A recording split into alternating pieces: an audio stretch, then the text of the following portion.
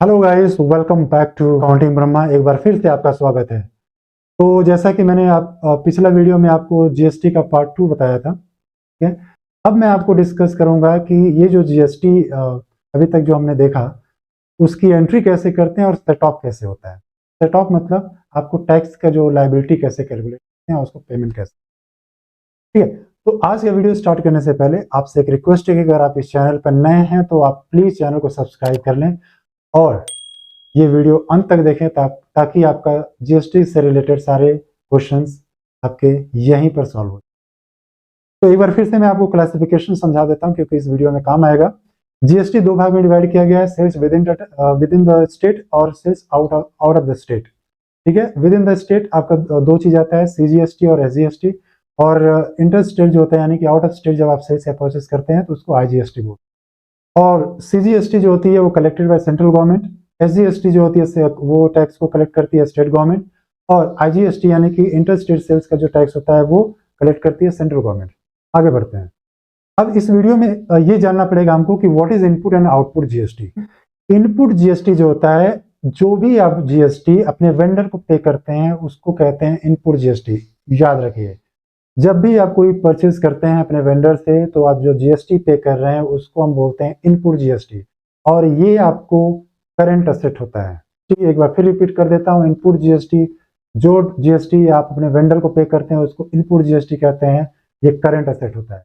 Output GST इसका opposite होता है, जो भी आप अपने कस्टमर से रिसीव करते हैं जीएसटी उसको आउटपुट जीएसटी बोलते हैं और ये आपकी करंट लायबिलिटी होती है।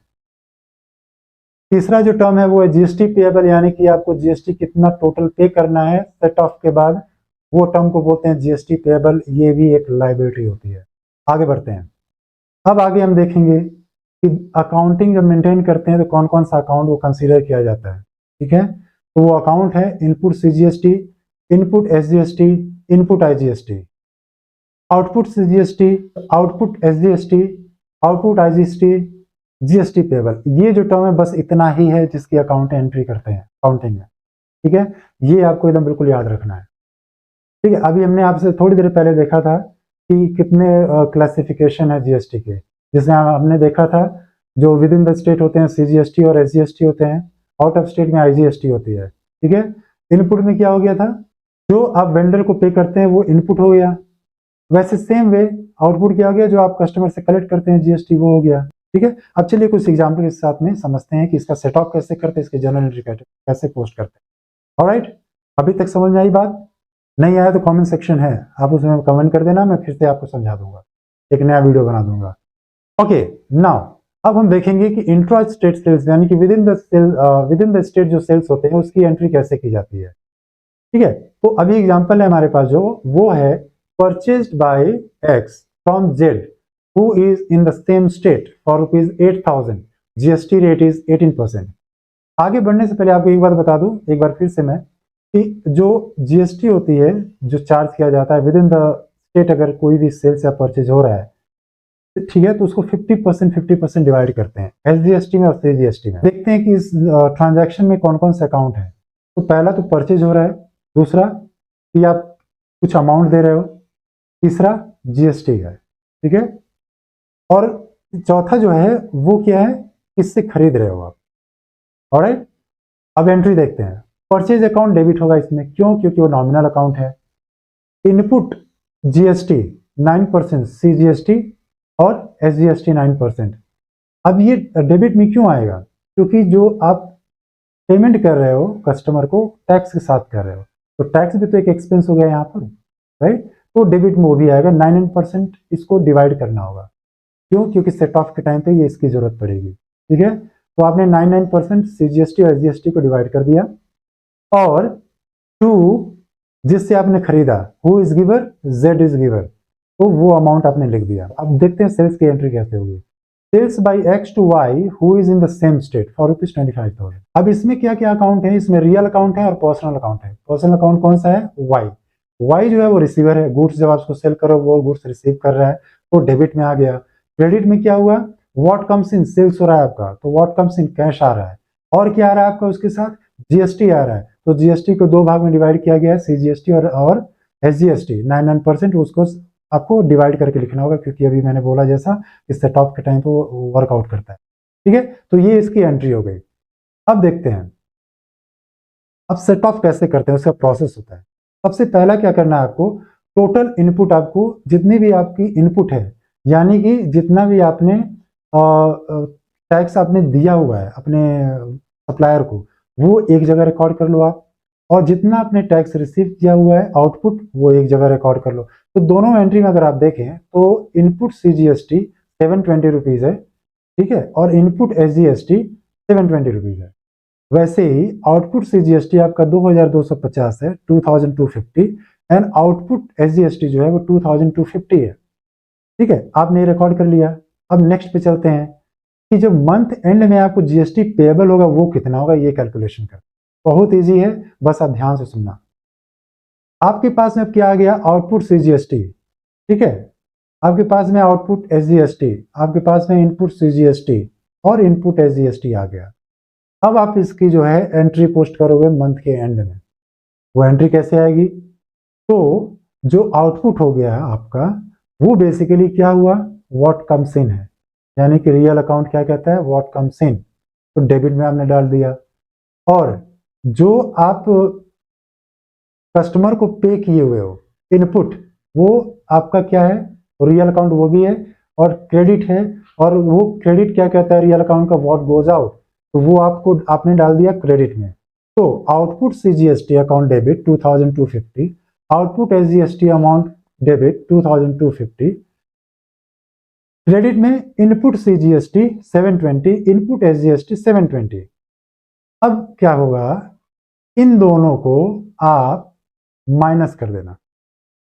ठीक है, दोनों अमाउंट का जो है आउटपुट का टोटल और इनपुट का टोटल को माइनस कर देना, और एक नेक्स्ट क्रेडिट में एक एंट्री डाल देना, टू GST पेएबल। तो ये बेसिकली जो हो गया टू GST पेएबल, ये इनपुट और आउटपुट दोनों का बैलेंस है। ठीक है, वो दोनों को अगर आप टोटल करके माइनस कर दें तो जो बैलेंस आता है वही अमाउंट आपको GST पेएबल अमाउंट। तो ये कैसे हुआ, यानी कि GST का कॉन्सेप्ट क्या हुआ, आप जितना भी परचेस कर रहे हो GST पे कर रहे हो, और जितना आप कलेक्ट कर रहे हो अपने कस्टमर से जब गुड्स सेल करके, तो दोनों जो टैक्स हुआ, ठीक है, जितना आप दे रहे हो जितना आप ले रहे हो, उसका माइनस जो हुआ, जो भी बैलेंस आता है उस बैलेंस को आपको गवर्नमेंट को देना है। अब सोचिए आप कितना सिंपल ये GST है, वेरी सिंपल। अब आपका क्वेश्चन होगा कि यार अगर मेरे पास ये GST पेएबल अमाउंट जीरो है, ठीक है, यानी आपको GST पे नहीं करना बल्कि आपको GST मिलना चाहिए, पॉजिटिव में आ गया, तो उस केस में क्या होगा, तो इस केस में गवर्नमेंट पे नहीं करेगी आपको बस GST पोर्टल पर डिक्लेयर कर देना, वहां सब रिकॉर्ड रहता है। अगले मंथ में क्या होगा कि अगर आपने इन केस आपने GST जो है दिया नहीं है ज्यादा, यानी आपकी इनपुट कम है, अगर आउटपुट अगर आपका ज्यादा यानी कलेक्शन आपका ज्यादा है कस्टमर की तरफ से, तो उस केस में अगले महीने में क्या होगा, उस केस में आपकी GST लायबिलिटी ज्यादा हो जाएगी। जब ज्यादा हो जाएगी तो क्या होगा, इस मंथ में जो आपको लेना चाहिए था GST, वो उसके साथ में क्या कर देंगे, आप उसके साथ में सेट ऑफ कर देंगे। जब सेट ऑफ कर देंगे उसको, तो आपका जो टैक्स लायबिलिटी या GST पेएबल अमाउंट है वो कम हो जाएगा। ठीक है, तो ऐसे GST वर्कआउट करता है, यानी कि इसको कैरी फॉरवर्ड कर सकते हैं, जो पॉजिटिव बैलेंस हो। ठीक है, तो ऐसे वर्कआउट करता है। होप आपको ये समझ में आ गया होगा। नहीं समझ आया तो कमेंट सेक्शन ओपन है, आप कमेंट कर देना। अब हम देखेंगे कि इंटर स्टेट सेल्स का कैसे एंट्री की जाती है, यानी कि सेल्स आउटसाइड ऑफ स्टेट, उसकी एंट्री कैसे की जाती है। तो एग्जांपल लेते हैं फटाफट। Purchase by x from Z who is in different state for ₹8,000, GST rate is 18%। तो आपने परचेज किया आउट ऑफ स्टेट से, तो एंट्री सेम आएगी, बस यहाँ पे GST क्या होगा आपका, CGST SGST की जगह पे IGST आ जाएगा। ठीक है, तो purchase account debit, input IGST account debit, और सप्लायर का नाम क्या हो जाएगा, to Z account credit. Sales by X to Y who is in different state for ₹25,000।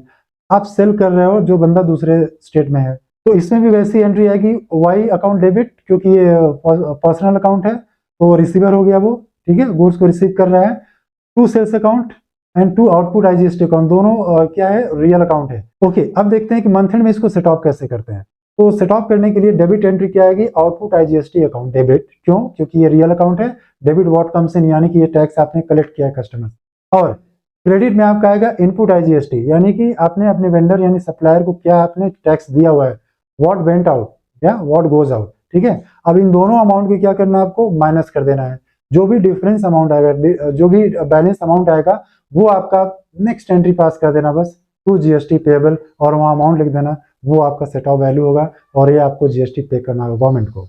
Video को यहीं पे मैं एंड करूंगा और आई होप कि आपको एक GST का जो एक कॉन्सेप्ट है वो क्लियर आपको पता चल गया होगा। और अगर अभी भी नहीं पता चला है तो आप प्लीज़ मुझे कमेंट सेक्शन में ज़रूर बता देना कि वो क्या टॉपिक है जिसको मुझे कवर करना चाहिए, क्या एक्सप्लेनेशन है जो मुझे और डिटेल में देना होगा। तो होप कि आपको ये वीडियो पसंद आया हो, नहीं आया हो तो फिर से कहता हूँ कमेंट कर देना एक बार। ठीक है, तो आप अगर चैनल को सब्सक्राइब नहीं किया अभी तक तो प्लीज़ चैनल को सब्सक्राइब कर लो और लाइक बटन दबा दो, वीडियो को शेयर कर दो। तो चलिए फिर मिलते हैं नेक्स्ट वीडियो में एंड नेक्स्ट सेशन में। तब तक के लिए टाटा बाय बाय, नमस्ते।